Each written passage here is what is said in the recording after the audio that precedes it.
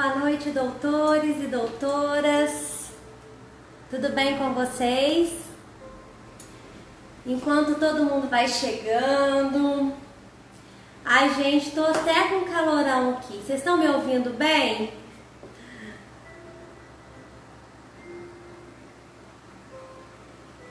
Obrigada. Vocês estão me ouvindo? A imagem tá bacana para vocês?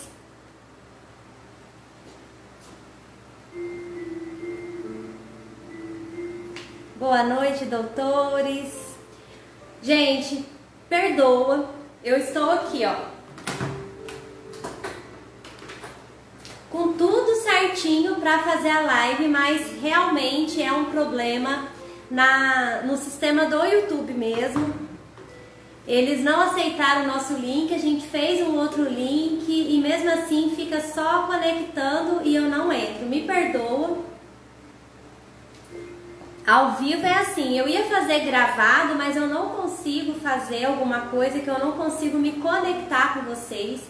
Eu sempre gosto de estar aqui, ouvir um pouquinho vocês estarem conectados comigo e a gente conversando ao vivo é muito mais gostoso, né? E infelizmente não deu. Mas depois eu vou regravar essa aula e vou deixar ela mais preparada. Antes de eu não ficar atrasando ainda mais vocês, peço desculpas pelos meia hora de atraso, né? Caso caia a conexão aqui no Instagram, eu vou voltar com uma nova conexão até eu finalizar a aula que eu preparei para vocês, tá bom? Sejam muito bem-vindos à nossa primeira aula da Maratona Expert em Direito Bancário, né? Então, o direito bancário é um ramo pouco explorado, conhecemos aí profissionais, né? Poucos profissionais que atuam na área do direito. Aqui tá dando para vocês verem, né, o quadro que eu preparei da aula, não tá invertido não? Para quem não me conhece, sejam bem-vindos. Meu nome é Mona Lisa Crepe. Por que eu sou uma expert em direito bancário? Eu trabalhei por 11 anos em bancos, em instituições financeiras, e esse período que eu trabalhei dentro do banco foi muito importante na minha vida. Eu aprendi muita coisa lá dentro com os bancos. Depois eu me formei, né, e me especializei no direito bancário. E eu criei, assim, de acordo com essa experiência de conhecer os dois lados da moeda, eu criei alguns métodos. E esses métodos, eles transformaram a minha vida como advogada, certo? Por que transformou? Eu sou jovem advogada, né? Eu tenho pouco tempo na advocacia e hoje eu me vejo com um sonho realizado, que eu poderia estar realizando esse sonho há muitos anos à frente. Eu acho que eu poderia estar com essa realização que eu tenho hoje se eu não utilizasse desses métodos e tudo isso que eu vou ensinar para vocês nesses 3 dias. Talvez seria aquela tão famosa cultura que os advogados falam: só depois de 5 anos de advocacia que você vai ter uma estabilidade financeira. Advogado vai anos para poder se dar bem. E não é assim. Eu estou aqui para provar para vocês que com os métodos certos, trabalhando da forma correta, eu vou quebrar todos esses tabus, porque não precisa de anos de advocacia para ter sucesso. Não precisa aí esperar a época da aposentadoria de vocês para vocês usufruir de todo o trabalho que vocês fizeram aí durante a vida. Não, não.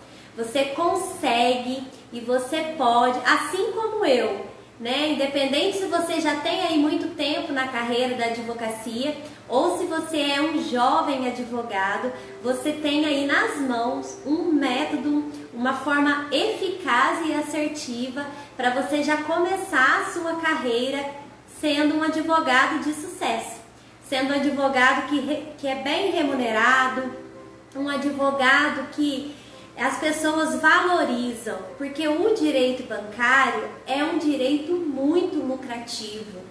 E por que que ele é tão pouco explorado, né? Nós, pelo menos, não, eu na minha faculdade, eu não tive a grade da matéria de direito bancário.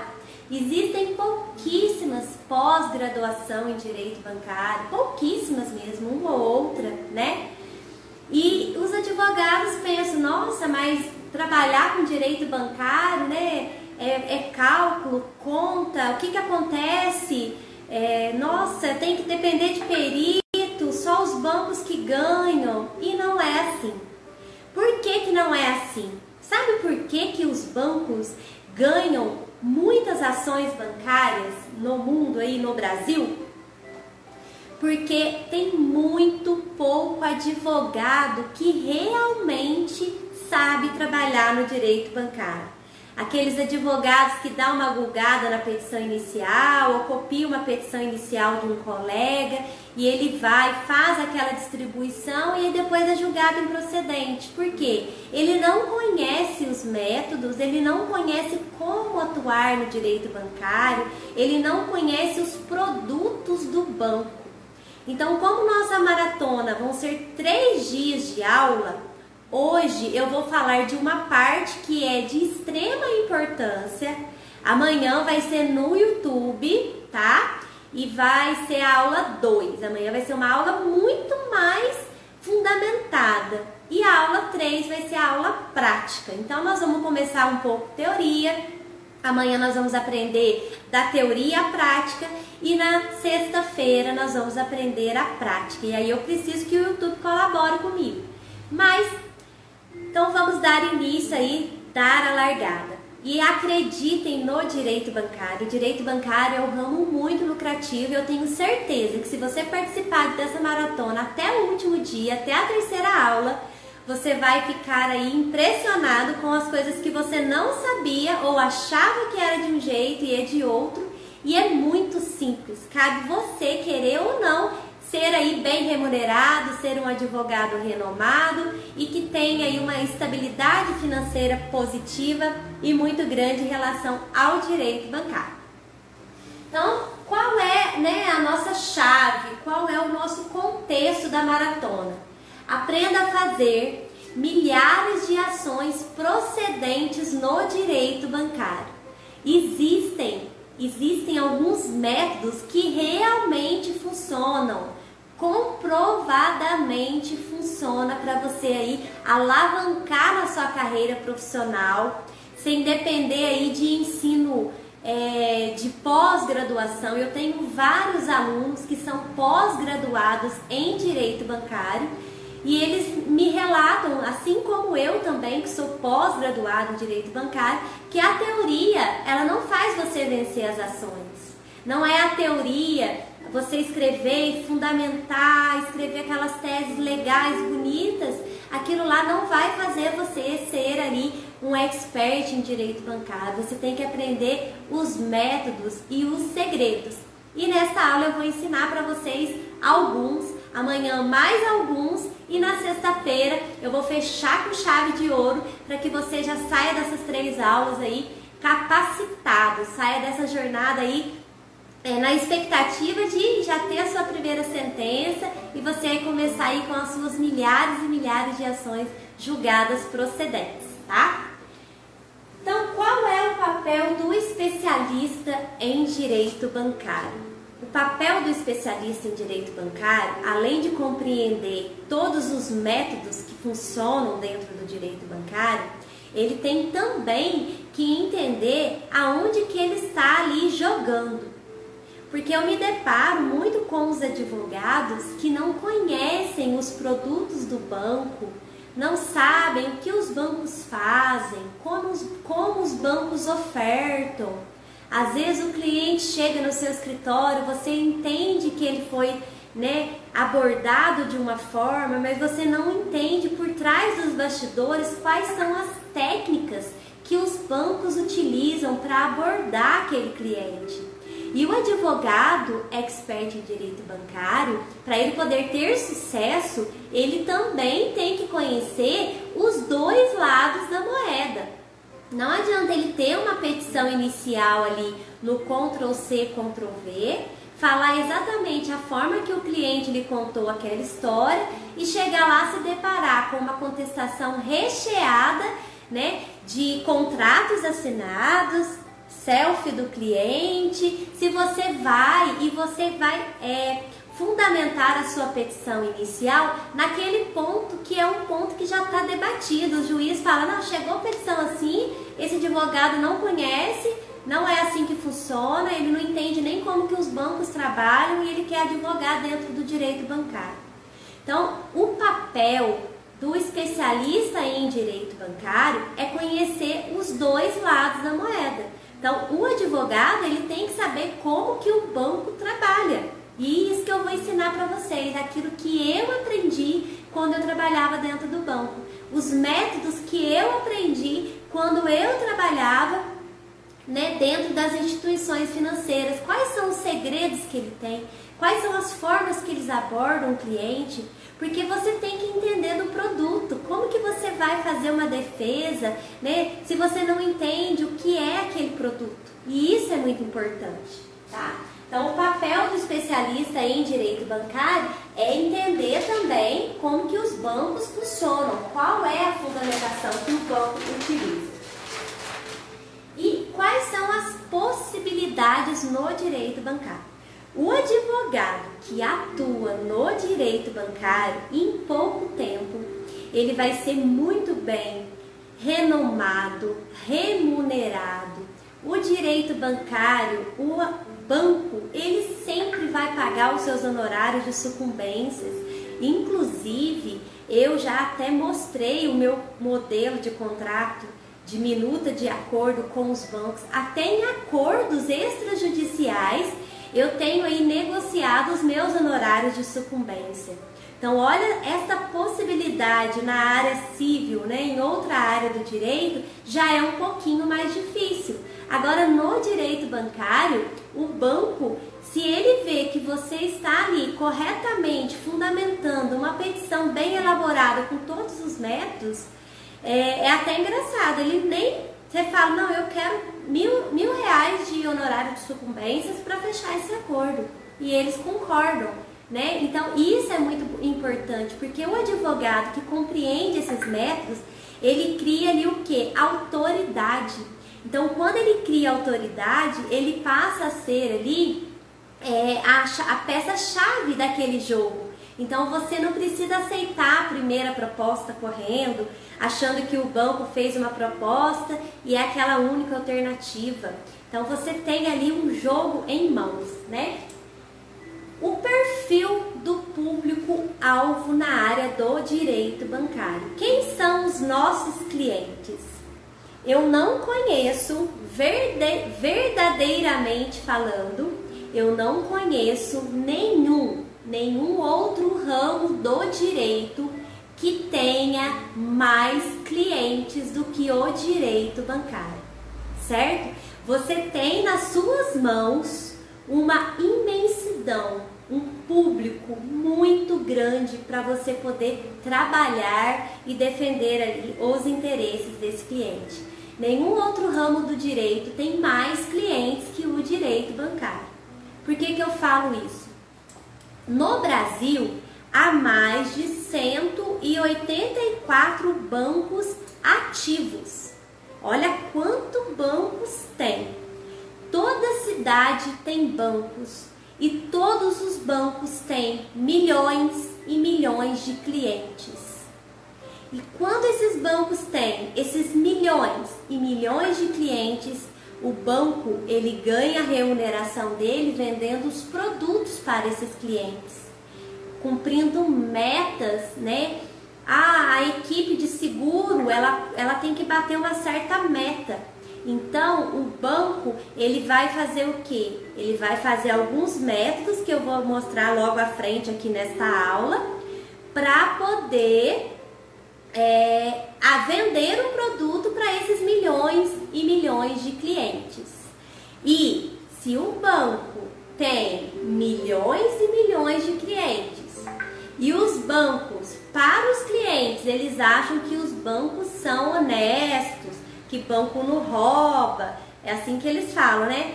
que o banco é muito justo, o banco não cobra juro abusivo, principalmente assim o banco, a Caixa Econômica Federal, que é um banco público, não, a Caixa Econômica Federal não cobra juro abusivo, o Banco do Brasil, que é um banco de economia mista, né, também não cobra juros abusivos. Essa é a visão, e é isso que vocês têm que mudar, esta visão de vocês. Porque vocês têm que mostrar que os bancos cometem, e de uma forma muito agressiva, irregularidades diariamente com esses milhões e milhões de clientes.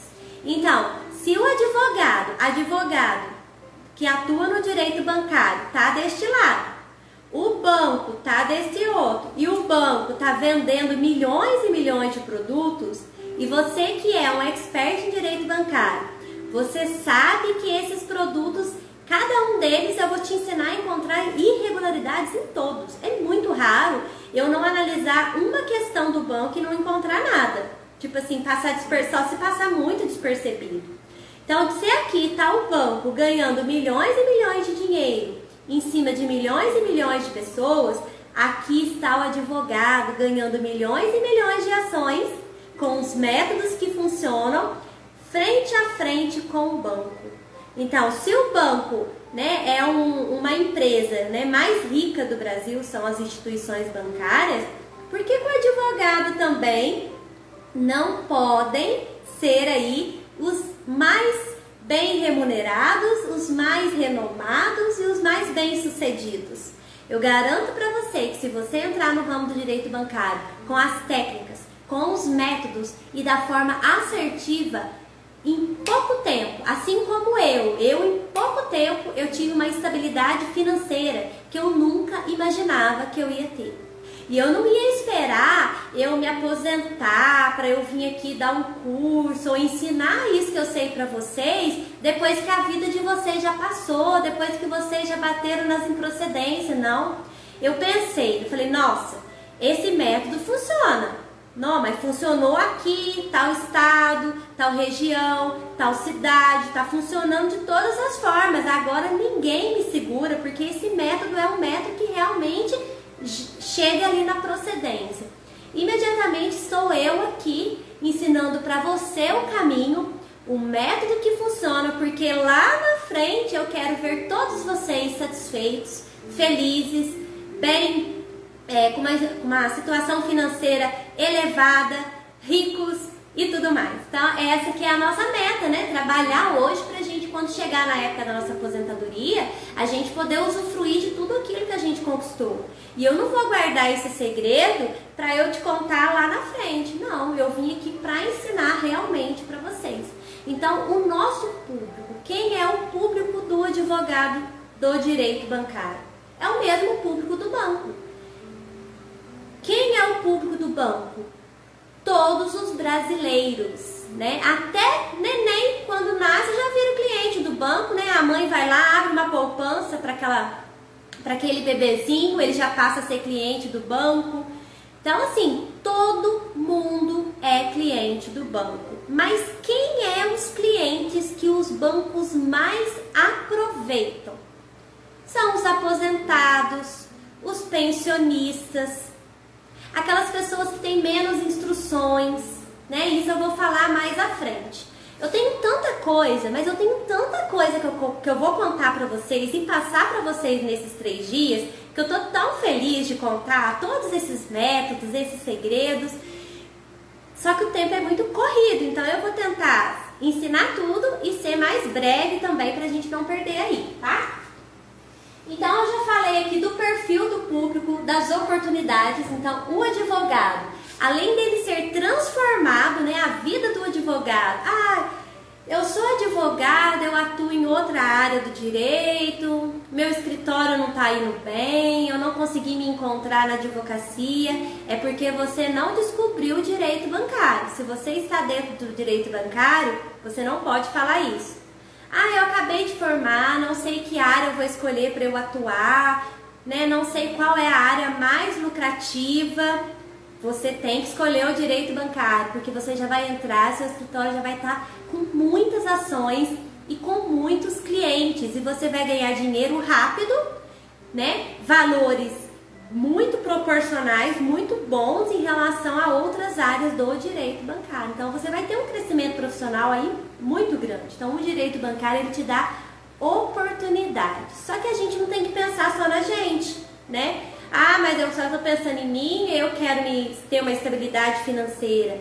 O advogado que atua no direito bancário, ele transforma a vida das pessoas.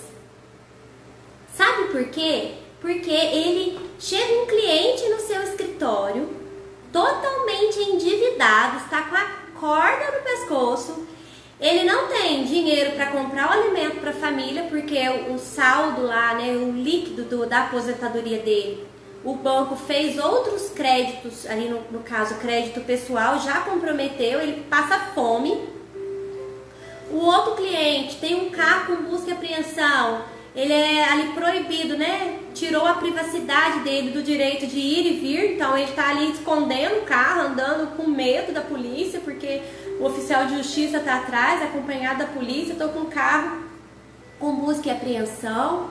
O outro, eu já tive clientes que tentaram suicídio por conta de dívidas, porque não conseguia dormir, ficaram doentes. Gente, se vocês verem o que tem por trás das dívidas, são vidas prejudicadas pelos bancos. E os bancos não estão nem aí, cada dia o juro aumenta. O montinho lá deles vai só crescendo. E quando um cliente nessa situação chega no seu escritório de advocacia, endividado, e você que é um expert, que vai aprender todos os métodos do direito bancário de um expert, quando esse cliente sair do seu escritório sabendo que você ganhou uma sentença, que você ganhou uma liminar para o banco suspender aquele desconto, e que quem deve para ele é o banco, que ele já não deve mais para o banco, porque você ganhou indenização, você ganhou liminar, você também ganhou ali a liquidação do contrato, e o banco tem que devolver para o seu cliente todas as parcelas que cobrou, né, de forma excedente em dobro, lá o indébito. O seu cliente vai falar assim: Jesus, eu mudei de vida, é como se ele tivesse realmente ganhado na loteria. E eu participo isso na minha vida pessoal, no meu escritório. O cliente chega murchinho, triste, quando eu falo a sentença, o cliente ele nem acredita que ele entrou numa situação tão complicada, tão ruim, e ele saiu transformado. Aquele cliente, ele vai sair contando para todo mundo: você transformou tanto a sua vida, o seu bolso, os seus honorários, mas com uma transformação de uma vida de uma família. E isso é muito bom, é um conjunto de transformação, tá? Então, isso é muito importante. Só que para a gente começar, para você começar a aprender os métodos, vocês têm que conhecer como que funciona os bancos. Então eu vou entrar nesse tópico agora, vai ser um pouquinho teórico, mas é fundamental, tá? E aí amanhã a gente parte do teórico para o prático, e na sexta a gente aprende a parte prática. Então agora eu vou mostrar para vocês a estrutura do contrato bancário. Então, qual que é a estrutura do contrato bancário? O contrato bancário, ele é dividido em dois tipos, né? Duas figuras, que são os contratos no período de normalidade e os contratos no período da anormalidade. O que seria um contrato no período da normalidade? É um contrato que está em dia, que não tem parcelas em atraso. O cliente é um cliente que sempre cumpre ali com o pagamento. Mas mesmo nos contratos no período de normalidade, que são os contratos em dia, há irregularidades. Mesmo os contratos no período de normalidade, os bancos sempre vão arrumar ali alguma coisinha para poder ganhar créditos em cima daquele cliente. Então, o período da normalidade é um contrato positivo, é aquele contrato que está em dia, que não está em atraso, né? Que segue ali da forma correta. Agora, o O banco, ele ganha em cima do contrato da normalidade, ele não deixa de ganhar. Mas o banco, sabe o que o banco gosta? O banco, ele prefere que o cliente entre neste período aqui, ó, no período da anormalidade. Por que que o banco prefere que o cliente entre ali no período da anormalidade? Porque é no período da anormalidade que vai gerar juros, multas, comissão de permanência, é onde o cliente vai crescendo aquela dívida e o banco vai aproveitando. Quanto mais endividado está o cliente, mais beneficiado vai estar o banco. O banco, ele vai aproveitar muito daquela situação. Por quê? O período da anormalidade é o período que o cliente está no negativo, né? Esse aqui é um sinalzinho de menos da anormalidade e um sinalzinho de mais da normalidade. Então, quando o cliente está no período da anormalidade, ele está devendo em atraso. A dívida dele está correndo juros. Além de ele estar devendo em atraso, o contrato está, por exemplo, um contrato de financiamento de veículo já está em busca e apreensão. Esse contrato está no período da anormalidade. E os bancos aproveitam, por exemplo, um contrato de busca e apreensão, né? Além do banco atualizar, vender a leilão por um preço ali bem que não dá nem para comprar um outro carro, não dá nem para pagar a dívida, o cliente ainda vai ficar devendo, ainda tem que pagar o honorário de sucumbência, é uma ilusão.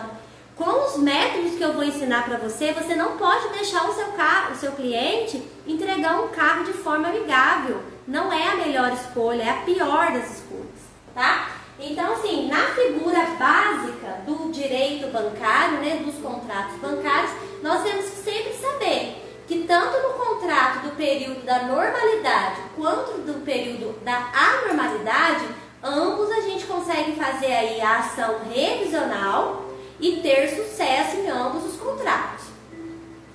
Ah, mas se o cliente entrar com uma ação judicial no período da normalidade, ele vai poder ali entregar, ele vai entrar na lista negra dos bancos, né? Sempre tem essa pergunta. Os bancos não podem, no período de normalidade, é direito de qualquer consumidor rever os juros abusivos. E se o cliente não tiver outra negativação no nome, se ele não tiver em atraso com o banco não pode proibir esse cliente de usar algum outro produto dentro da agência. Se aquele cliente for incluído dentro da lista negra, que é a famosa lista negra que os advogados falam aí, vocês podem entrar com uma ação de danos morais, porque isso não é admissível. Agora, se o cliente tem outras negativações, ele teve ali um acordo antigamente com o banco e ficou devendo ali um saldo remanescente de um possível desconto, o banco vai poder optar ou não por vender novamente para aquele cliente os seus produtos. Então, quando fala que o cliente caiu na lista negra, vocês têm que entender a origem. Esse cliente não tem outra negativação? Ele já teve antigamente algum acordo? Sabe por que eu falo acordo? Às vezes o cliente está devendo lá para o banco o cartão de crédito, R$1.000. E aquela dívida foi aumentando, o cliente não pagou. Aí o banco vai e transfere aquela dívida para uma empresa terceirizada. É muito comum a Ativos S.A., essas empresas que fazem as cobranças para o banco, que elas compram esses clientes e ganham comissões em cima daquilo que elas negociam. Aí essas empresas, elas falam assim, olha, de R$1.000 que você devia, tá 5.000 hoje, atualizado. Mas eu faço para você por R$500, para você liquidar a dívida. Não é comum vocês se depararem com esse tipo de proposta dessas empresas? Mas o cliente não sabe que aquela dívida era R$1.000 lá atrás.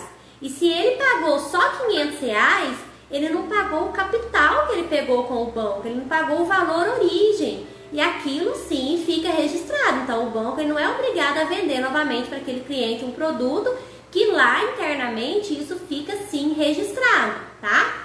Mas se for um cliente em dia, não tem negativação, não fez nenhum tipo desses acordos com o banco, aí sim ele não pode entrar dentro da da lista negra. Aí, se caso o banco negar algum produto, ele pode sim entrar com danos morais, porque ele está dentro do período da normalidade. Então, isso você vai colocar na sua petição inicial. O meu cliente está dentro do período da normalidade, dentro da figura bancária, ele não está inadimplente, né? Ele sempre foi um cliente 5 estrelas e tal, e aí o banco vai ter que justificar por que ele não quis vender para aquele cliente. Então, se você já fez essa investigação antes e ele não tem uma justificativa plausível, né? Aí você ganha danos morais neste caso, tá? Pessoal, a aula vai ficar gravada, tá bom? Aqui eu fiz um demonstrativo que, gente, isso é muito sério, o que eu vou ensinar para vocês aqui agora. Tem advogado que sabe e tem advogado que não faz ideia. Quais são os produtos do banco? Isso, doutora Lucimari. O acordo do Serasa é esse mesmo exemplo. Quando tem um acordo no Serasa, ele vai entrar lá na lista, porque ele não vai pagar o total da dívida, né? Isso daí é o mesmo caso, tá? Então, voltando aqui sobre os produtos do banco. Tem advogados que querem atuar no direito bancário, mas ele não sabe os produtos do banco. Ele não sabe o que é uma margem nova, o que é um crédito novo, o que é um refinanciamento, o que é um capital de giro. Ele sabe o que é um financiamento de veículo, porque sabe que veículo é um carro, comprou um dinheiro para pagar o carro, pronto. Mas ele não tem aquela noção dos produtos do banco. E é muito importante que o advogado saiba como que ele vai defender o cliente, ele vai debater um produto se ele não conhece o produto. E essa é uma das vantagens de ser um expert, porque quando eu trabalhei dentro do banco por 11 anos, eu conheci todos os produtos, eu conheci tudo que funciona dentro deles, como que são as abordagens que tem dentro do banco em relação àqueles produtos. E eu vou passar tudo isso para vocês, tá? Então, quais são os produtos do banco? É inúmeros produtos, vocês não fazem ideia. Ah, mas um extrato, R$1,50 da tarifa de um extrato é um produto do banco. Cartão de crédito é produto do banco. Capital de giro, cheque especial, seguro de vida, seguro de automóvel, crédito imobiliário. Tem advogado que não sabe diferenciar crédito consignado de refinanciamento e portabilidade. E por conta do advogado não saber o que é crédito consignado, refinanciamento e portabilidade, ele entra com uma ação falando que o cliente entrou, vamos supor, eu vou citar o exemplo aqui do refinanciamento. Então o cliente ele devia um valor X, ele pagou uma quantidade Y de parcelas e ele fez um refinanciamento, mas na conta do cliente vai cair o que nós chamamos de troco, que é aquele valor que vai estar liberado proporcional ao que ele pagou. Mas lá no SCOM do INSS vai estar o valor total da dívida. E tem advogado que mostra o SCOM para o juiz e fala assim: excelência, não caiu os 10 mil na conta do meu cliente, ele não contratou. E o cliente também não entende dos produtos, porque quando ele vai na financeira, no banco contratar, ou o banco liga para ele para poder ofertar, ele só fala o valor que vai cair na conta do cliente, ele não explica como que é aquela operação. Às vezes até explica, mas o cliente é tão leigo que ele não compreende nada que o banco está falando. Então, esse refinanciamento, desta forma que o advogado faz essa abordagem sem conhecer o produto, vai julgar improcedente, porque o banco vai mostrar o contrato de refinanciamento, o banco vai mostrar o troco que caiu, até a data, o comprovante do TED. E aí? É culpa de quem? Ah, é o juiz. Ah, é o direito bancário. É o direito bancário que não é lucrativo. Nossa, o direito bancário não dá dinheiro, não. Só que o advogado, ele tem que assumir a responsabilidade. Ele tem que saber, eu entendo desse assunto, realmente é um refinanciamento, porque não tem problema ser margem nova, refinanciamento, portabilidade, crédito pessoal. Se você é um expert, você consegue dominar todos esses produtos e você consegue procedência em qualquer ação bancária. Em qualquer ação bancária, certo? Então aqui, os produtos do banco. Então aqui eu fiz um gráfico. Então aqui é o banco. Neste gráfico, nesse pedacinho aqui, tá alguns produtos do banco, que é os produtos tarifas,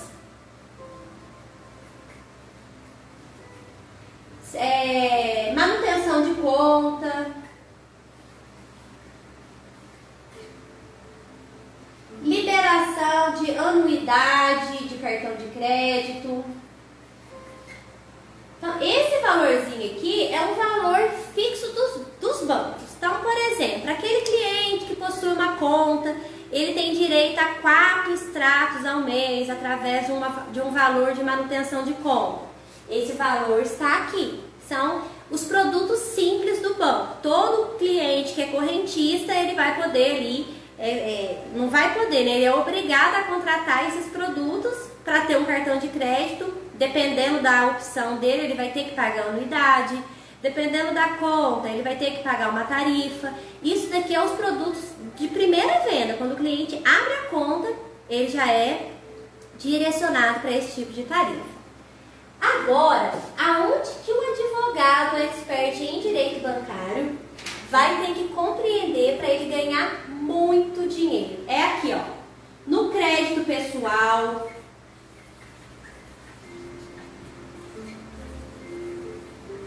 no empréstimo consignado, no empréstimo para pessoa jurídica, porque o seu cliente não é só pessoa física, você pode advogar para empresas.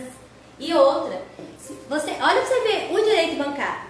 Enquanto outras áreas do direito você precisa ter ali muitos clientes para você ter dinheiro, no direito bancário, se você pega uma empresa que fez ali um capital de giro ou alguma negociação, que é uma empresa grande, que fez um empréstimo ali de 500 mil reais, 1 milhão de reais, você precisa de um cliente para você ter um grande sucesso numa ação revisional de um contrato desse tamanho. E eu tenho alunos aí que tem muitos clientes de empresa. Eu tenho aluno expert que acabou de formar, que eu ajudei, dei uma mentoria para trabalhar em cima de um contrato de 1 milhão de reais. Ele estava até nervoso ali e tal, nossa, 1 milhão, você pensa nos honorários de sucumbência, pensa na possibilidade de acordo, o tamanho que foi o cálculo pericial.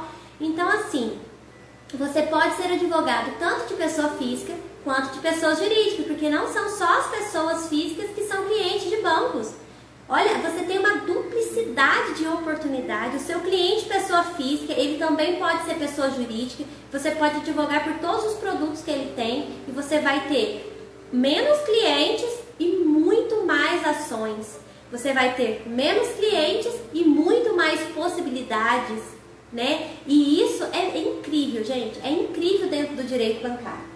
Então aqui tem empréstimo pessoa física, pessoa jurídica, cartão de crédito,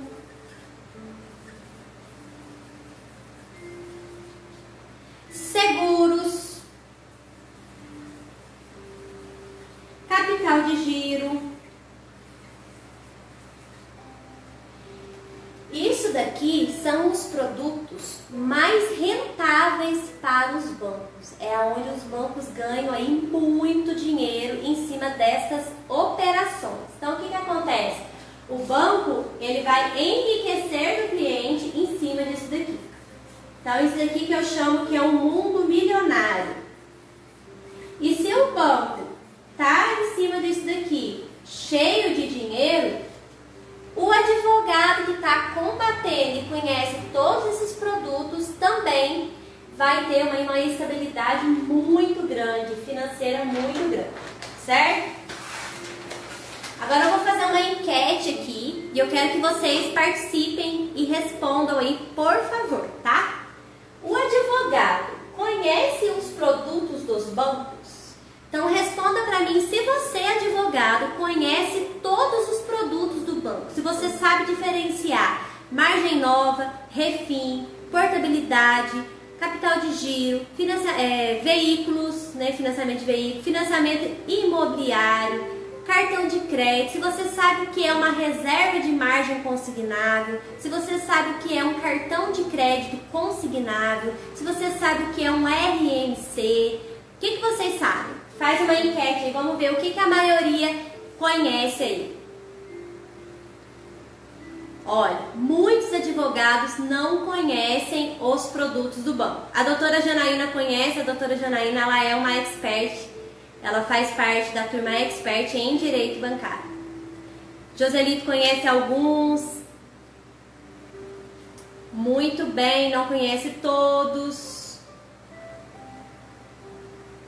Sejam bem-vindos para essa migração, você veio para o lugar certo. Hoje você está no lugar certo para você poder alavancar a sua carreira profissional. Então, gente, respondendo aí, só de ver o que a maioria já respondeu em relação ao direito bancário, a doutora Janaína, até vou conhecer você não, mas agora sim. Um coraçãozinho, doutora Janaína. Então, o cliente, o advogado do direito bancário, em sua quase totalidade, ele não conhece os produtos bancários. Porém, sem conhecer os produtos bancários ou achando que conhece a fundo os produtos, ele vai e entra com a ação. Ah, o cliente fez um refinanciamento, mas ele não sabe o que é refim, porque como que o cliente chega no seu escritório? Doutora, fiz um empréstimo, tá descontando 10 mil de mim lá no banco, mas na minha conta não caiu 10 mil, nunca peguei 10 mil. Não é assim que eles falam? Só que eles vão pegando picadinho, refinanciando, e aquela dívida, o original daquela dívida vai aumentando, né? O saldo devedor vai aumentando, porém o que vai cair na conta do cliente sempre vai ser os trocos picadinhos. E aí o advogado vai falar assim, não, mas o cliente tá falando que não caiu 10 mil. Ele vai lá, ele acha que entende, vai lá, pede o extrato da conta do cliente. Nó, essa ação eu vou vencer, não tem 10 mil na conta, cadê os 10 mil? O banco roubou do meu cliente, é dano moral. Aí já vai entrar com uma ação, né, pedindo dano moral, liminar, comprovando que o cliente não caiu dinheiro na conta, conforme o extrato não há depósito de 10 mil. Aí o banco vem totalmente fino e comprova, é refinanciamento. Esse contrato é a origem do saldo devedor do contrato X, que também é a origem do saldo devedor do contrato Y. O seu cliente ele não liquidou nenhum desses contratos, ele vem refinanciando. E desse refinanciamento, na data X caiu R$500 na conta de troco, que é o refinanciamento. No ano Y caiu R$1.000 na conta do seu cliente. E aí o advogado ele fala assim, não, mas ele não entende, ainda faz uma impugnação, a contestação, combatendo aquilo, é julgado improcedente, o juiz vai condenar esse cliente por litigância de má-fé, porque, né, comprovou ali, o banco comprovou que o cliente utilizou todo aquele valor, que houve aquela contratação. Ou seja, o advogado ele não vai vencer a causa, ele não vai transformar a vida daquele cliente, pelo contrário, aquele cliente vai ter que pagar multa por litigância de má-fé. E se o cliente tem a gratuidade da justiça, ele tem que pagar a multa por litigância de má-fé. Ele não tem que pagar o honorário de sucumbências, né? Isso daí suspende, mas a multa ele tem que pagar. Então, assim, o cliente já entrou endividado, vai sair endividado do seu escritório. Você não transformou a vida desse cliente porque você não entende os produtos. Então, aqui ó, comprovadamente vocês precisam aprender todos esses produtos e eu vou ensinar vocês, cada um deles, como que funciona, como que vocês vão combater cada uma dessas nomenclaturas, certo? Aqui eu já antecipei, né, falando ali quem são os clientes do banco. Então, o cliente do banco são pessoas físicas e pessoas jurídicas. Então, por exemplo, quem são clientes? Aqui é uma pessoa física, aqui é uma empresa, uma pessoa jurídica e aqui é o banco.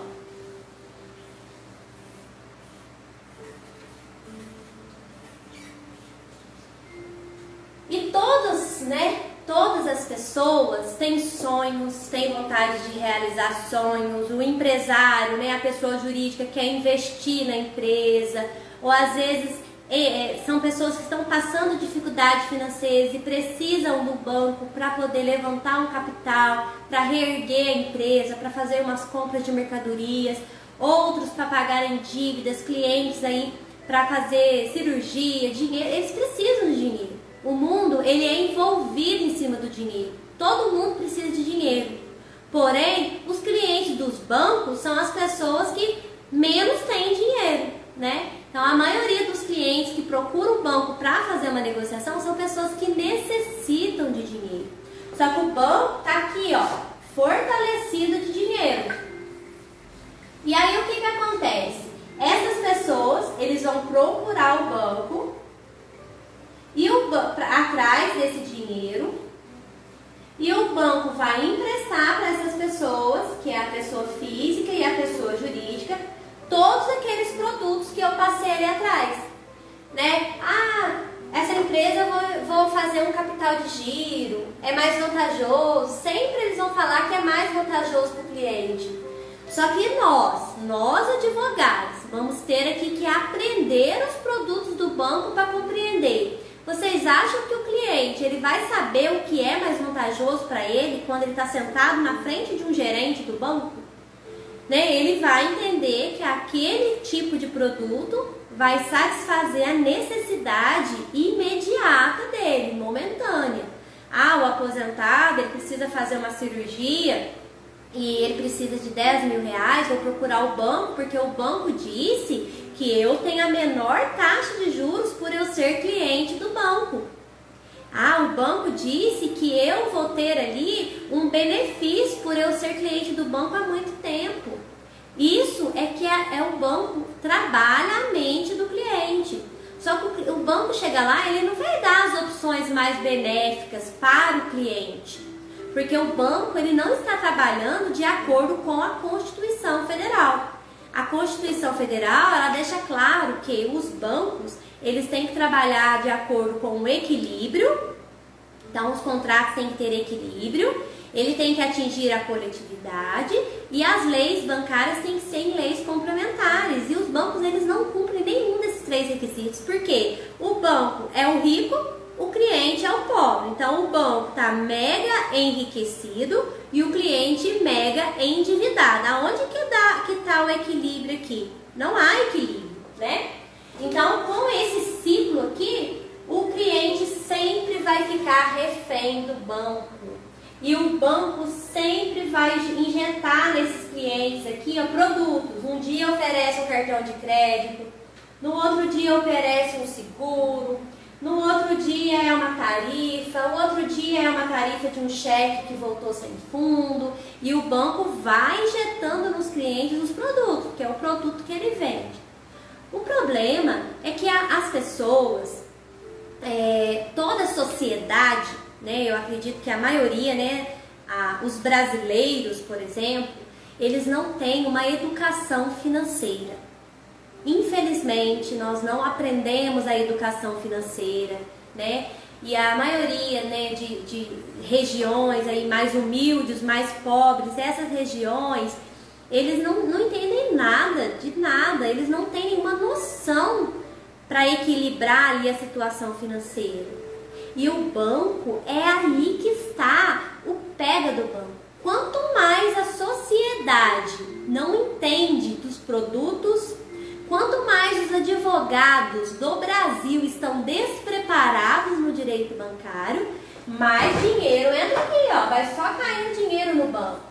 É ação que advogado perde, é produto que cliente contrata, é sociedade despreparada, né? Por quê? Porque o que acontece? As pessoas não entendem, eles não entendem os produtos, eles não têm uma educação financeira e o banco aproveita disso, porque pensa, se todo mundo lá, né, na escola, lá no ensino médio, já começa a ter uma matéria de educação financeira.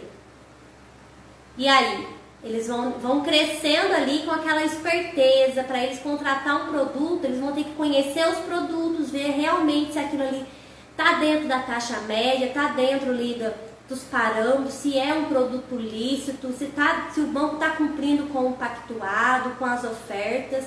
Então, o que acontece? O banco vai aproveitar muito desse tipo de falta, né, de conhecimento financeiro. E é aí que eles ganham muito dinheiro. Quanto menos a população souber em relação à vida financeira, equilíbrio financeiro, né, a ter ali uma gestão, mais os bancos vão equilibrar e ganhar mais dinheiro. Aí o que acontece? Vamos seguir o fluxo aqui. Como os bancos ofertam? Eu vou fazer uma outra enquete. Vocês acham que os produtos dos bancos têm só contrato? Sim ou não? Responde aí pra mim. Você acha que todo produto do banco tem contrato? Depende do contrato. Porque o que acontece com a maioria dos advogados? Ah, mas o banco não juntou o contrato. Ah, mas o cliente não assinou o contrato. Ah, mas não recebeu a segunda via do contrato. Isso acontece demais. Eu vejo muito advogado perder ação porque não sabe que os bancos têm outros tipos de forma de ofertar. Então eu vim trazer para vocês, para aqueles que ainda não sabem como são os produtos dos bancos, que é o seguinte: o banco, eles podem ofertar através de contrato, que é o contrato que você vai fazer lá, pedir, né, a verificação da assinatura grafotécnica, ver se realmente foi uma fraude naquela contratação. Então tem um contrato. Mas os bancos são muito espertos e eles aproveitam as tecnologias para venderem muito mais, para atender ali nível Brasil. E o que está acontecendo hoje? Hoje nós temos aí muitos bancos digitais. Nubank é um modelo desses bancos. Tem outros bancos que não tem uma agência física, por exemplo. A pessoa consegue abrir a conta sentada no sofazinho de casa, ela consegue contratar um produto e um serviço fazendo uma selfie, né? Então, assim, existem muitas formas de produtos dos bancos. Então, como que os bancos ofertam? Tem através do contrato, e aonde eu quero chegar, tem as vendas fonadas. O que são as vendas fonadas? Os bancos, eles conseguem entre si e com algumas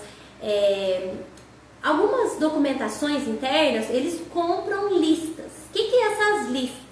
Eles conseguem, às vezes as financeiras, de formas clandestinas, elas vendem listas dos aposentados dos últimos 10 meses. Gente, isso existe demais. Para quem não sabe, não fica assustado, que é normal para os bancos. E aí, essas empresas compram essas listas e montam um call center. E aí, o dia inteirinho, aquelas funcionárias e funcionários, eles ganham comissão em cima do produto que eles vendem. Ah, você vai ganhar X se você vender 100 mil reais. Eles estipulam metas para esses vendedores e eles pegam essa lista. Como o cliente acabou de aposentar no INSS, nessa lista tem endereço do cliente, telefone do cliente, todos os dados que eles precisam.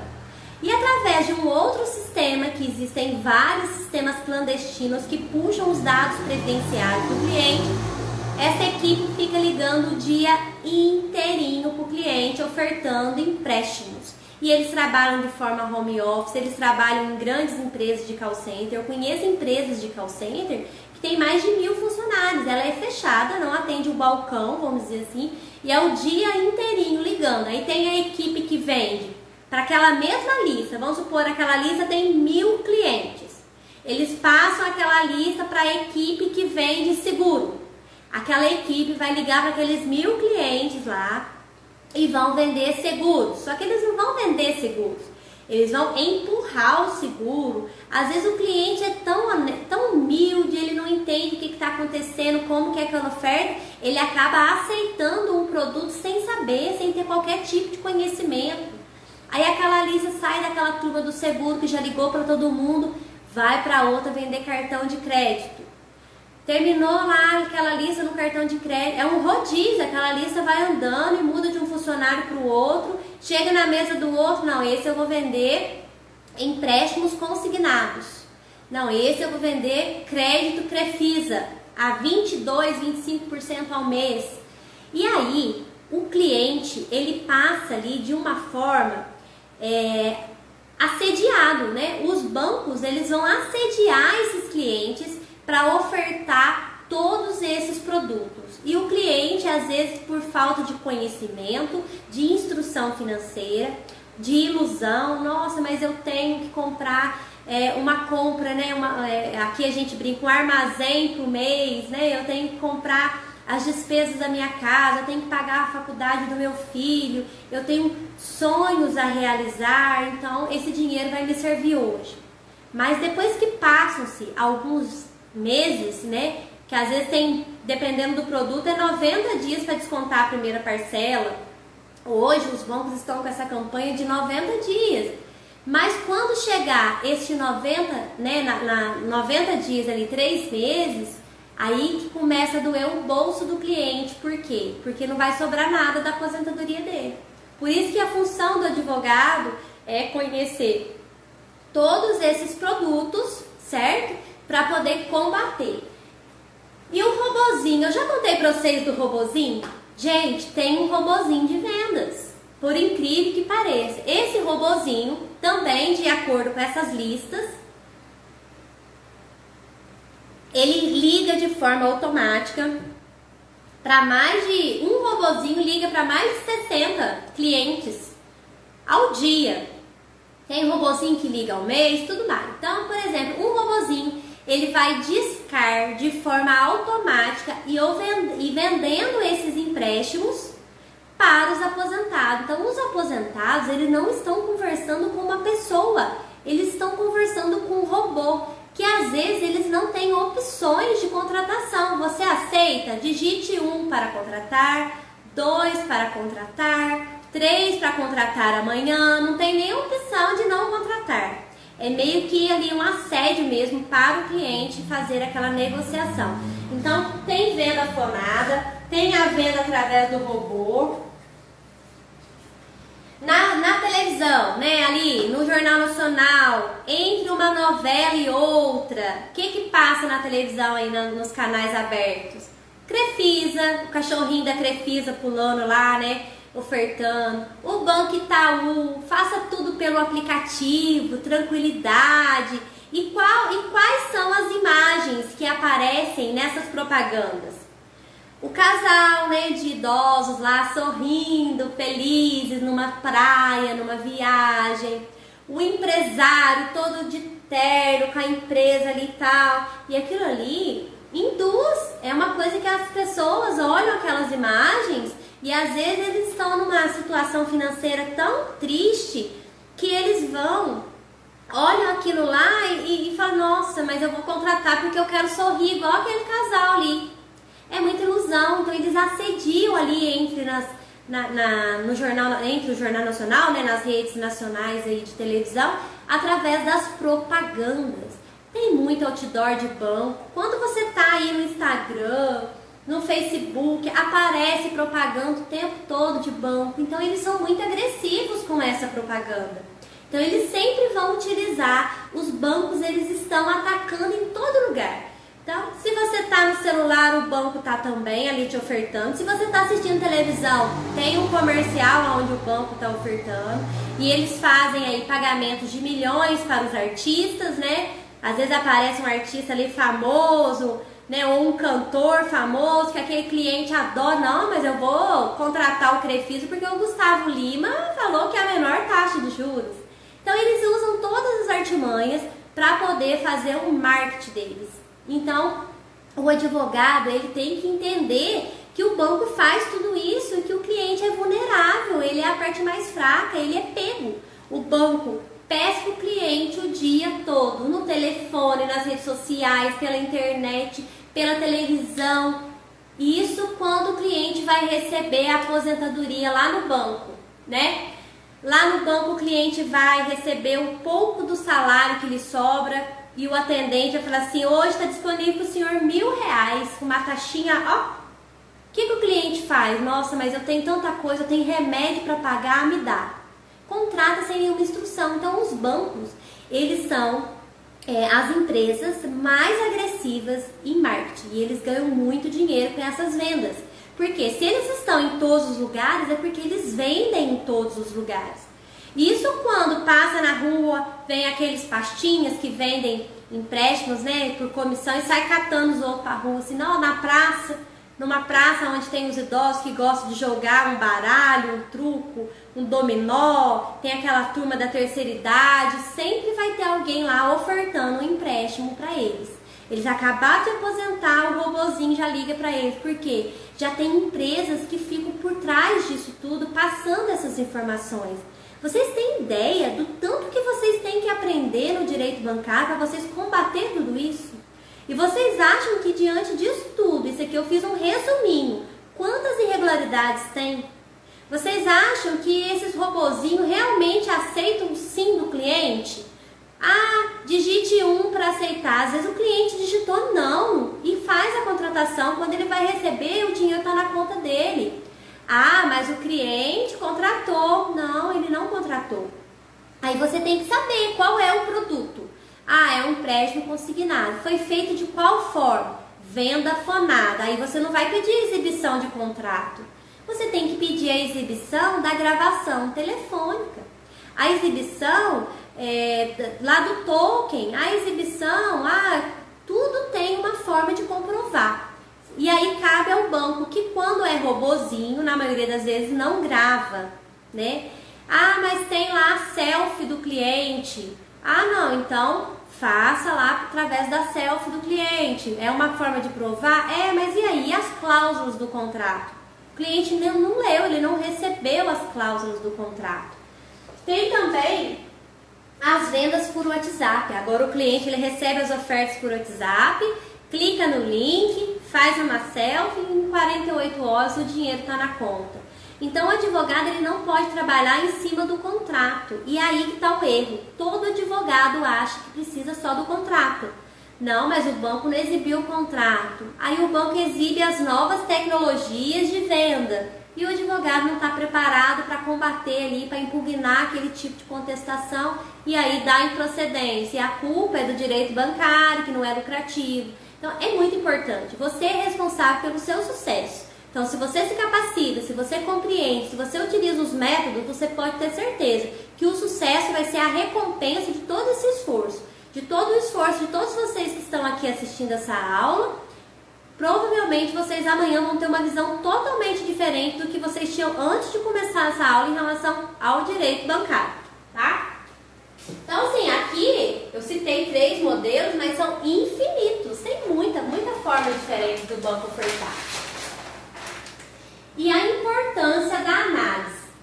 Por que é importante a análise? Quando o cliente chega no seu escritório para fazer uma contratação, né, do seu serviço, o cliente fala, mas eu não contratei um produto, o banco está me cobrando 10 mil reais, mas a minha conta não caiu os 10 mil reais, eu não recebi esse valor. Então eu vou dar um exemplo aqui de um refinanciamento. Vamos aprender o refim. É o famoso refim, né? O que é o refinanciamento?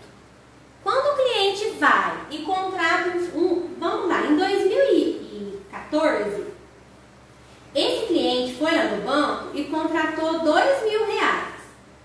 Isso aqui ó, é uma linha do tempo, vou fazer aqui uma linha do tempo do refinanciamento. Aí ele contratou em 24 parcelas.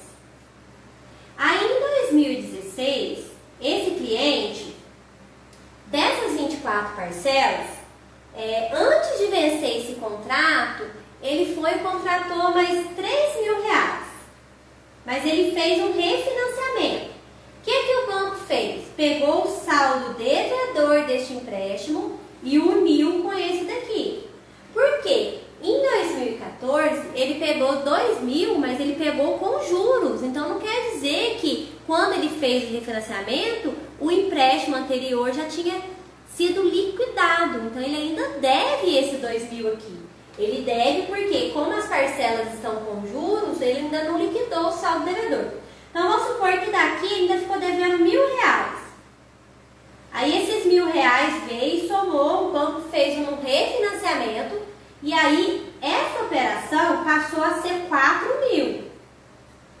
Mas apenas 3.000 caiu na conta do cliente. Por quê? Os R$1.000 que ele está devendo aquele empréstimo que ele fez lá em 2014 ainda está no sistema. Então, ele cancela esse empréstimo e faz um novo número de contrato para o refinanciamento. Aí agora, em 2020, esse cliente recebe uma ligação para o banco que tem uma proposta para ele de R$3.000, por exemplo. Só que esse contrato aqui de 3.000 juntou com esse R$1.000 que ficou da primeira operação. Então esse cliente ainda deve aqui nos por 2.500. Aí o banco vai pegar esse saldo devedor aqui dos 2.500 e vai somar com esses 3.000, vai dar 7.500. O valor do contrato, só que vai cair na conta do cliente só os 3.000. Só que lá no SCOM, lá no histórico de consignado, vai aparecer que o cliente contratou um produto de R$7.500. Sim, ele contratou, só que esse produto é original do saldo devedor do contrato que ele fez em 2016, juntamente com o outro saldo devedor do contrato que ele fez em 2014, porque esses dois aqui não chegou a ser liquidado. E aí o banco vai incluir juros sobre juros, correção monetária, atualizar com a taxa do dia e vai embutir vários produtos aqui. E aí vai embutir venda casada, vai embutir um seguro obrigatório, que fala que o seguro é obrigatório, mas não é, né? Então, por exemplo, 3, 4, 5 e 500. Verdade, ó, eu errei na conta aqui. 5 e 500 que vai estar lá no contrato. Só que na conta do cliente só caiu 3.000. Aí o cliente vai chegar no escritório e falar assim: nossa, mas o banco está me cobrando 5.500, mas na minha conta só caiu 3.000. E aí o advogado, de forma equivocada, por ele não compreender que existe toda essa operação aqui num contrato de refinanciamento, ele vai entrar com uma ação, vai pedir para exibir o contrato do empréstimo de 3.000, e aí o banco vai aparecer aqui o contrato de 5.500. Só que daí é um refinanciamento. Então o advogado ele tem que entender que existe esse tipo de operação, mas que o cliente realmente deve os 5.500. Só que cai um valor menor na conta dele, que é o refinanciamento, né? Então isso daqui é um dos produtos. E isso acontece demais. Muitos advogados não sabem como funciona o refin. E aí é aonde cai nas improcedências. Nossa, mas na conta do meu cliente só acontece muito também. Esse mesmo tipo aqui, eu já vou entrar dentro da portabilidade. O que é a portabilidade? Então, toda essa operação que esse cliente fez aqui de 5.500 foi no Banco do Brasil. Vou pôr aqui do Banco do Brasil. E aí, o que vai acontecer? Esse cliente aqui, o Banco Pan-Americano vai ligar para esse cliente, vai falar para esse cliente assim, vamos supor que o cliente aqui é a Maria. O banco vai ligar para a Maria, vai falar assim: Maria, vem para o Banco Pan, hoje o Banco Pan está com uma oferta muito irresistível, uma oferta muito boa. Se você vier para o Banco Pan, faz uma portabilidade, você vai ter vantagens. Só de você transferir do Banco do Brasil para o Banco Pan, eu vou depositar na sua conta um valor de R$250 de redução de juros. É assim que eles fazem a oferta. Aí a Maria sai do Banco do Brasil e vai lá para o Banco Pan. E o Banco Pan, ele vai pegar esses 5.500 aqui e vai fazer uma portabilidade e vai depositar na conta dela só os R$250. O que seria esses R$250? Os R$250 seria apenas a diferença de uma mínima taxinha de juros para poder fazer um agrado para aquele cliente, para ele sair de um banco e entrar para o outro. Por quê? Para o Banco Pan-Americano, o que vai contar não é os 250, vai contar os 5.500 de meta. Imagina quantas portabilidades o banco traz de um cliente de um outro banco para ele. Ele vai bater muitas metas. E aí, aquele cliente vai fazer refinanciamento, vai fazer outros tipos de produto no banco e vai só vendendo produto. E mas aonde que eu quero chegar? Aí esse cliente vai chegar no escritório e vai falar assim, oh, nossa, mas eu nunca fui no Banco Pan-Americano, eu nunca fiz um empréstimo de 5.500 no Banco Pan e caiu na minha conta só 250. O único empréstimo que eu fiz foi lá no Banco do Brasil, mesmo assim eu já quitei. Gente, é isso que os clientes falam. Conta pra mim se não é assim que eles falam com vocês. Só que aí o advogado fala assim, nossa, mas se você nunca fez esse empréstimo no Banco Pan-Americano, eles estão te cobrando 5.500 e eu pedi o extrato bancário do cliente e eu consegui comprovar que só caiu na conta do cliente R$250, é fraude. Nossa, esse dinheiro caiu na conta de outra pessoa.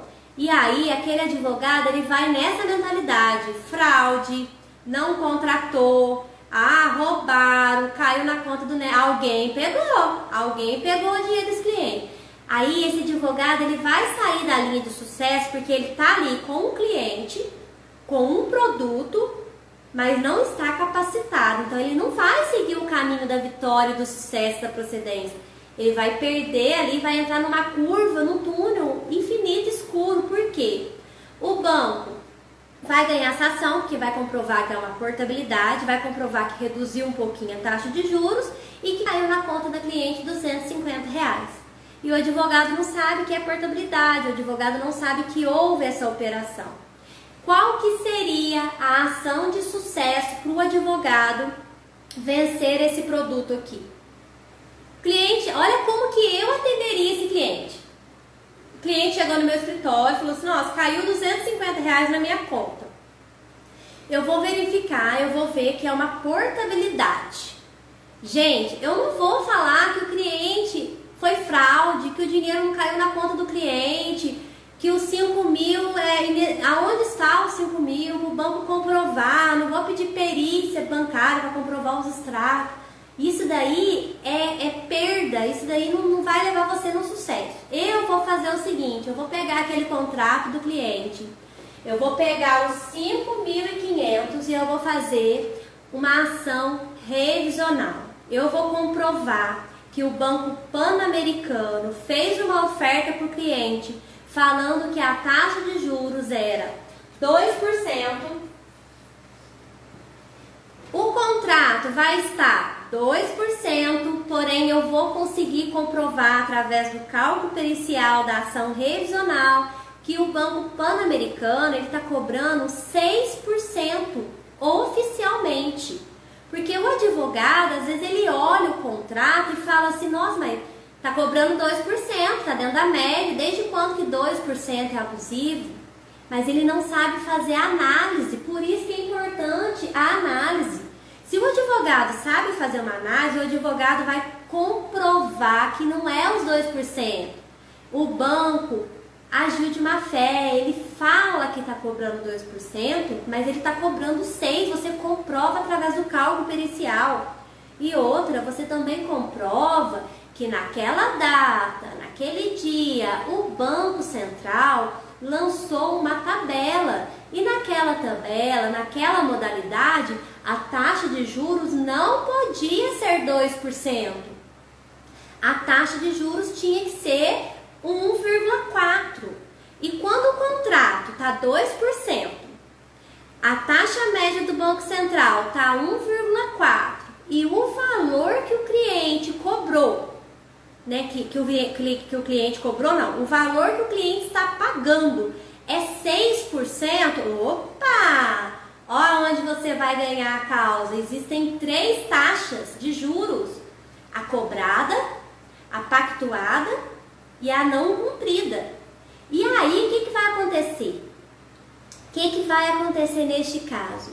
A súmula 530 do STJ deixa muito claro que quando há divergências em taxa de juros ou quando não aparece a taxa de juros pactuada no contrato, tem que permanecer a taxa média do mercado. Então você vai conseguir reduzir de 2% que está no contrato, de 6% que oficialmente está cobrando daquele cliente, você vai reduzir para 1,4%. Às vezes você vai conseguir comprovar que esse contrato já estava liquidado. E aí o que acontece? Você vai provar a má-fé do banco. Qual que é a primeira má-fé do banco? Ele não cumpriu com o contrato, ele não cumpriu com a oferta, ele está cobrando do cliente um valor ilícito, porque ele pactuou 2% e está cobrando 6%, entendeu? E aí você vai ganhar danos morais, você vai ganhar liminar para comprovar o valor incontroverso, o dano moral do seu cliente vai liquidar o contrato dele, às vezes você vai fazer uma proposta de acordo para liquidar o contrato, você vai ganhar honorários de sucumbência, você vai ganhar honorários do seu cliente, você vai transformar a vida desse cliente, por quê? Você seguiu o caminho do expert, você fez a análise, você sabe fazer a análise desse contrato, então você fez da forma correta. O advogado que for nessa linha, mas e o contrato? Mas é fraude. Gente, os bancos são muito espertos, eles vão arrumar alguma forma de comprovar que fraude não é. Tem sim, né, caso de fraude, mas isso aqui é em massa, essa ação é em massa, e essa ação, ela com relação à fraude, ela não funciona. Então, para você ter sucesso, olha para você ver, você vai conseguir cancelar um contrato seguindo o raciocínio que essa ação está sendo descumprida na taxa de juros. Você vai comprovar através do seu cálculo pericial. Advogado, não dependa de perito. Você é capaz de fazer o cálculo pericial, e o cálculo pericial não é um bicho de 7 cabeças. E se você faz o cálculo pericial, o cliente acabou de sentar na sua mesa ali no seu escritório, já faça a análise através do cálculo, que é feita rapidinho. Você já vai ver uma causa, se ela é procedente ou não, é meio que uma simulação. E o processo que vai acompanhar desse tipo de metodologia, trabalho, isso é das metodologias, é uma ação de sucesso, é um advogado diferenciado que realmente entende e se destaca. Então, quando eu volto a dizer, o ramo do direito bancário é lucrativo? Muito lucrativo, só que há muito pouco advogado qualificado para trabalhar no direito bancário. Teoria, só teoria não vence nas ações bancárias. Não adianta você colocar teses, copiar jurisprudências de processos procedentes, recentes do seu tribunal, se a sua petição inicial ela não foi fundamentada de acordo com aquela petição inicial que você juntou na jurisprudência. E o mesmo vale para aquele advogado que pesquisa muita jurisprudência improcedente. Mas é tudo improcedente, ação revisional não dá nenhuma. Você leu a petição inicial? Você viu se tinha o cálculo pericial? Você viu qual foi a tese que esse advogado fez naquela petição inicial? Gente, existe uma fórmula para o advogado do direito bancário ganhar todas as ações e fazer o que eu prometo nessa maratona, milhares de ações procedentes, entendeu? Além de contador, imagina, se você faz uma ação, você atende um cliente, vou voltar ali no exemplo do aposentado. Um aposentado tem no mínimo, a maioria deles que são assediados pelo banco, tem no mínimo 9 no mínimo, consignados, porque 9 é um número máximo que ele pode fazer dentro da margem. Qual que é margem? Isso eu vou explicar amanhã na próxima aula. Imagina você pagar um perito para fazer 9 cálculos periciais para você. Ele vai gastar 15 dias para cada cálculo, vai ficar o ano inteiro fazendo aquele cálculo. No mínimo, uns 600, 700 reais por cálculo. Esses dias teve até um perito que entrou em contato comigo, ele cobra 2.000 reais por cálculo. Então você pensa um cliente que já está endividado, você pagar 9 cálculos periciais. Só que se você é capacitado, você vai ganhar 9 ações procedentes de um único cliente e vão ser 9 ações de sucesso, porque você vai seguir o caminho do expert. Você não vai seguir aquele caminho, dar um tiro no escuro, um tiro no pé. Mas é fraude. Não sabe o que é o produto Refin? Não, mas na conta do meu cliente caiu só 250. Cadê os 5.500? Roubaram, né? Gente, isso é muito comum. Eu vejo muita petição inicial. Às vezes eu estou em alguns grupos, eles compartilham petições iniciais. Tudo bem, mas eu vou ler a petição inicial, é tudo genérica, não dá para ganhar ação. Cada contrato você tem que tratar de uma forma, cada contrato é um produto. A frase que eu mais vejo nas petições iniciais improcedentes é o seguinte: não contratou, o cliente não contratou, é o que mais tem nas petições iniciais. E aí, os juros é abusivo, aí eles entram naquele raciocínio que o cliente não contratou e os juros é abusivo, né? Mas, quando o juiz dá a sentença, o que mais vemos? Alegou e não comprovou. Então, isso daí é o advogado despreparado. O advogado preparado no direito bancário, que segue o caminho da expert, ele comprova, ele sabe do que ele está falando, ele conhece o produto do banco mais do que o advogado que está defendendo o banco, que já tem lá as contestações genéricas, porque se você vê, eu que atuo no direito bancário, as contestações deles são todas iguais, porque os advogados são tão despreparados que já manda ela pronta e ela serve em todos os casos, porque as petições são todas iguais. E por isso que tem tanta improcedência. E às vezes tem improcedência na sorte. Por que eu falo sorte? Quando é contrato físico, aí envia aquele contrato lá para o banco, aquele contrato, às vezes, ele some. E aí o banco não acha aquele contrato para juntar lá naquela petição inicial para fazer aquela contestação. E aí o cliente ganha porque o banco não juntou o contrato. Aí dá sorte. Mas eu não trabalho na sorte, eu trabalho na capacitação. Eu trabalho ali, o banco vai me oferecer 5 mil reais de acordo, eu não aceito, porque eu sei que aquela sentença vai ser de 90 mil reais. Eu já mostrei numa outra live um alvará judicial meu de 55 mil reais de um cartão de crédito RMC com uma parcelinha de 48 reais que estava descontando do cliente. Então, o que acontece? O banco cansou de me ofertar 2, 4, 5 mil reais e eu não aceitei. Por que eu ganhei lá 55 mil reais? Porque eu sabia onde eu estava pisando, eu seguia o caminho do expert. Eu pedi multa, eu ganhei a liminar, eu consegui comprovar. Então, através da liminar, eu provei que aquele cartão de crédito RMC havia sido liquidado. O juiz pediu para suspender na hora. Só que o juiz pediu para suspender porque eu pedi a multa. Então, ele deu a multa. Olha, suspenda sob pena de multa X por desconto. E o banco não descontou. Chegou na fase da liquidação de sentença, veio dano moral, restituição em dobro e aquela bolada de multa porque o banco não cumpriu com a liminar. Deu 55 mil reais, um contratinho. E essa cliente tem 9. 55 mil foi de um deles que a gente teve vitória. Então os outros vão ser no mesmo caminho. Por quê? O método é um só. Se você segue o método, ele funciona. Para cartão de crédito, financiamento de veículo, financiamento imobiliário, seguro, entre outros tipos, tudo aquilo que você precisa comprovar a má-fé do banco. Aí a doutora Priscila falando que na contestação eles nem contestaram o cálculo, eles não sabem nem como que funciona, gente. Por que o banco ganha? Porque o advogado não sabe trabalhar. Eu vou dar vontade de chacoalhar aqui o celular, né? Gente, vamos aprender a ser um advogado de sucesso.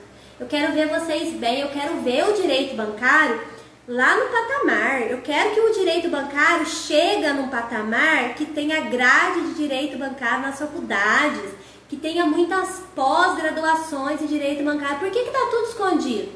Por que não tem pós-graduação de direito? Tem sim, tem várias pós-graduações, mas não é várias não, é poucas, né? Desculpa aqui, tem pouquinha pós-graduação. De direito previdenciário, então tanto. Direito criminal, direito civil, trabalhista é o que mais tem.